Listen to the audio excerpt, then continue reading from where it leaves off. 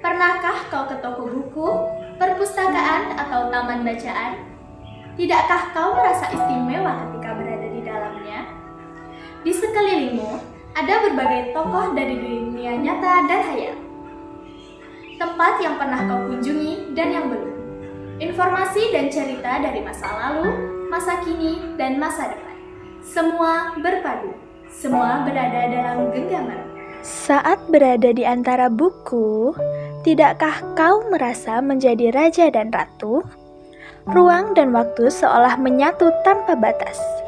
Kau bisa terbang melintasi sekat negara dan melewati berbagai zaman.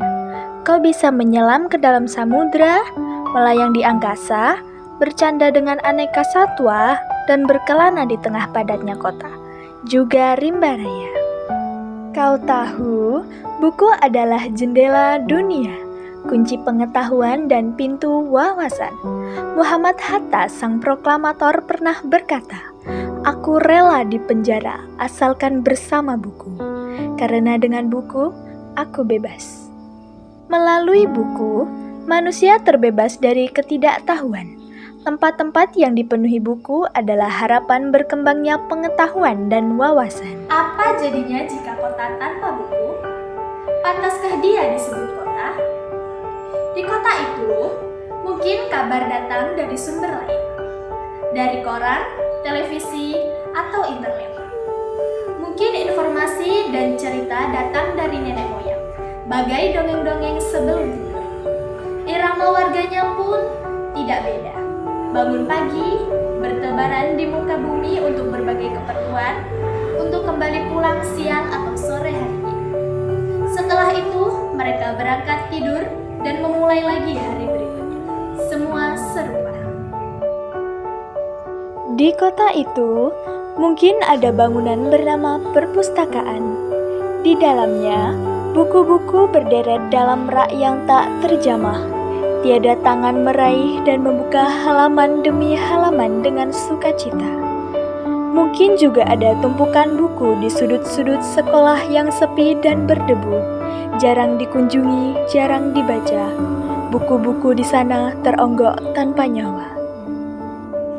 Bagaimana dengan kotamu? Mungkin kau tinggal di tengah kota yang megah, atau di gang sempit, di desa terpencil, di sisi pesisir, atau di kaki gunung. Adakah perpustakaan, taman bacaan, atau toko buku di dekat rumahmu? Jika ada, apakah tempat itu menjadi wadah berkumpulnya anak-anak dan warga? Menjadi pusat berkembangnya wawasan dan pengetahuan? Atau hanya menjadi pajangan?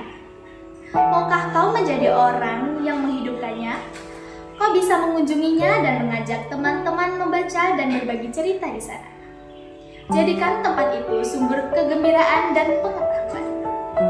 Jika tempat itu belum ada, maukah kau menjadi orang yang mulai menghadirkannya? Kau bisa memulainya dari sebuah sudut di teras rumahmu. Ajak teman-temanmu memulai langkah baru. Jangan biarkan waktu berlalu tanpa buku. Siapapun dirimu, bersahabatlah dengan buku. Dia akan menjadi teman setiamu sepanjang waktu.